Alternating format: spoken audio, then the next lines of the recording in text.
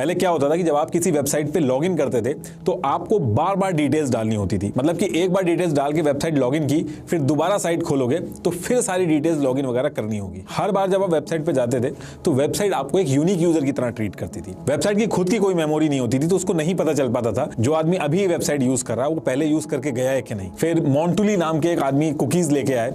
आज की डेट में जब आप किसी वेबसाइट पे जाते हो तो वो आपसे कहता है कि एक्सेप्ट कुकीज, आपसे परमिशन लेता है। तो जैसे ही आप उसको एक्सेप्ट करते हो वेबसाइट आपकी डिटेल्स ब्राउजर में सेव कर देता है। ये जो कुकीज होती है ये एक तरह से वेबसाइट की मेमोरी की तरह एक्ट करती है। अब मान लो आप टाइम्स ऑफ इंडिया की वेबसाइट पे गए, यहाँ पे आपने कुकीज एक्सेप्ट कर ली, यहाँ आपकी सारी डिटेल्स जो है वो सेव हो जाएंगे। अब दोबारा आप जब वेबसाइट पे जाओगे तो वेबसाइट आपकी जो डिटेल्स है वो याद रखेगी। इस वेबसाइट के पास आपका डेटा सेव हो गया, जो भी डिटेल्स आपने डाली होंगी। फिर मान लो आप किसी शॉपिंग वेबसाइट पे गए, वहां पे आपने जो आपका डेबिट कार्ड है, क्रेडिट कार्ड है, उसकी डिटेल्स भरनी पड़ी, तो वो वेबसाइट जो है वो डिटेल्स याद कर लेगी। फिर एक थर्ड पार्टी कुकीज भी होती है जिसमें वेबसाइट जो है वो आपस में कम्युनिकेट करती हैं। आप कभी कभी किसी वेबसाइट पे जाते होंगे, वहां पे देखते होंगे फेसबुक का लाइक बटन है, और जब आप लाइक करते होंगे तो उनके फेसबुक पे आ जाता होगा, तो वो थर्ड पार्टी कुकीज है। तो इस तरीके से ये लोग आपस में कनेक्टेड रहते हैं और जो इन्फॉर्मेशन है वो एक दूसरे से शेयर करते रहते हैं। तो इन कुकीज की मदद से अलग अलग वेबसाइट पे जो आप दौड़ दौड़ के इन्फॉर्मेशन देते जाते हो वो ये सारा कुछ ट्रैक करती हैं। जिस वेबसाइट पे ज्यादा लोग जाएंगे वहां ज्यादा अटेंशन, ज्यादा डेटा और ज्यादा पैसा है। इसलिए अलग अलग तरीके से वेबसाइट्स आपको ट्राई करती हैं और अपनी वेबसाइट पे बुलाती हैं, यूजर बनने को कहती हैं, ताकि आपकी ज्यादा से ज्यादा डिटेल्स उनके पास है। जितने ज्यादा यूजर्स होंगे उतना ज्यादा डेटा होगा और उतने ज्यादा पैसे होंगे। और जब एक बार यूजर्स वेबसाइट पे आ जाता है तो ये वेबसाइट डायरेक्ट एडवर्टाइजर्स के पास जाके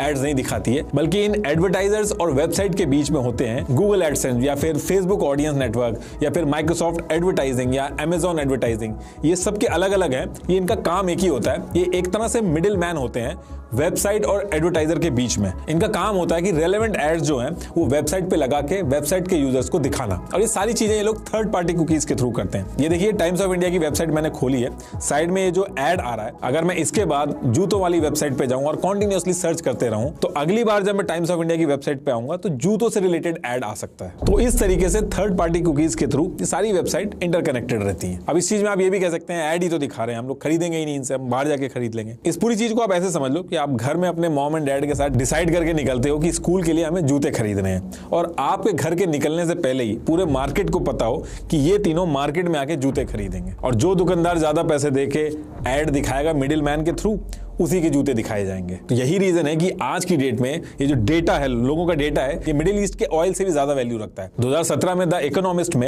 एक रिपोर्ट पब्लिश हुई थी जिसमें डेटा को ऑयल से भी ज्यादा वैल्यूएबल कंसीडर किया गया था। अब क्योंकि ये डेटा वैल्यूएबल होता है तो हैकर्स वगैरह जो होते हैं वो भी अलग अलग साइट से अटैक करके डेटा चुरा भी लेते हैं आइडेंटिटी फ्रॉड वगैरह करने के लिए। जैसे मान लो आपने ओला, उबर, इन सब पे किसी पे प्रोफाइल बनाई और उनके सर्वर पे अटैक करके हैकर्स आपका डेटा चुरा लें, और उसको चुराने के बाद ये जो हैकर्स होते हैं या तो उस डेटा को बेच देते हैं या फिर आइडेंटिटी फ्रॉड वगैरह करते हैं। जैसे 2021 में एयर इंडिया के 4.5 मिलियन कस्टमर का डेटा हैकर चुरा कर ले गए थे। ये लोग सालों से वहां पे डेटा मेंटेन कर रहे थे, यूजर अकाउंट बनवा के हैकर्स आए और सारा डेटा लेके चले गए। ऐसे ही 2020 में बिग बास्केट के 20 मिलियन कस्टमर्स का डेटा चुरा लिया गया था और उसको चुरा के डार्क वेब पे बेच दिया गया था। और इसकी बहुत ज्यादा पॉसिबिलिटी कि आपकी जो ईमेल आईडी है या कार्ड डिटेल्स हैं ये कभी ना कभी इन पे अटैक हुआ। तो आप एक बार चेक कर लीजिएगा, एक वेबसाइट है haveibeenpawned.com, तो इस पे आप अपनी ईमेल आईडी वगैरह डाल के चेक कर लेना कि आपकी जो ईमेल आईडी है वो कॉम्प्रोमाइज हुई है कि नहीं। और ये कोई छोटी चीज नहीं है, क्योंकि इस डेटा को इकट्ठा करके फिर ये लोग अलग अलग तरीके से फिशिंग अटैक वगैरह भी करते हैं। ये जो डेटा आपका कलेक्ट किया जा रहा है इसकी मदद से आपके बिहेवियर और आपके जो नेक्स्ट एक्शन होंगे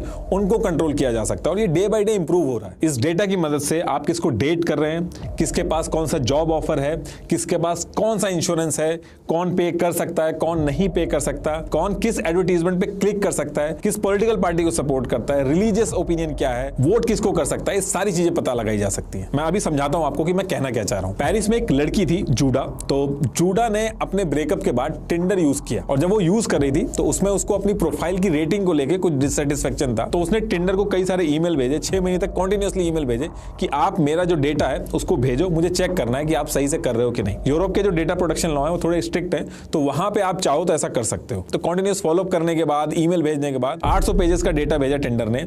सिर्फ कुछ दिनों टिंडर यूज करने पे 800 पेजेस का डेटा इकट्ठा कर लिया था टिंडर टिंडर ने। जूडा जो थी उस डेटा को देख के बहुत ज्यादा सरप्राइज थी, क्योंकि जो जूडा को खुद के बारे में नहीं पता था उससे कहीं ज्यादा टिंडर को उसके बारे में पता था। उस डेटा से यह पता चला कि टिंडर को यह तक पता था कि वीक में कितनी बार वो लोनली फील कर रही थी, किस तरह के लड़के उनको पसंद है, किस किस टाइम पे वो लड़कों की तरफ ज्यादा अट्रैक्ट हो सकती थी, कितने मैसेज किन किन लड़कों को भेजे, न्यू ईयर उन्होंने अकेले बनाया, म्यूजिक टेस्ट क्या, लोकेशन, पसंद नापसंद, उनकी एक एक डिटेल टिंडर के पास थी। अब आप सोच के देखिए, इतनी डिटेल अगर आपको मिल जाए किसी की, तो आप उसको मैनिपुलेट करना कितना आसान होगा। उसका पॉलिटिकल ओपिनियन हो, किसी एडवर्टाइजमेंट पे क्लिक कराना हो, कितना आसान होगा। यहां तक कि जो सोशल मीडिया कंपनीज हैं उनके ऊपर मल्टीपल टाइम इंक्वायरीज बैठ चुकी हैं कि ये लोग जो आपका मोबाइल है, जो आप अपने दोस्तों से बात करते हैं, डिवाइस के थ्रू आपकी आवाज भी सुन सकते हैं। हालांकि ये प्रूव नहीं हो पाया। एक्चुअली लोगों के साथ क्या हो रहा था कि वो फोन पे जो भी अपने फ्रेंड से बात कर रहे थे, अगले दिन या एक दो दिन बाद उसी से रिलेटेड प्रोडक्ट उनके सामने आ जा रहे थे। हालांकि ये बात प्रूव नहीं हो पाई, लेकिन सोशल मीडिया कंपनी ने ये जो इनका डेटा का गेम है बहुत ज्यादा स्ट्रॉन्ग कर लिया।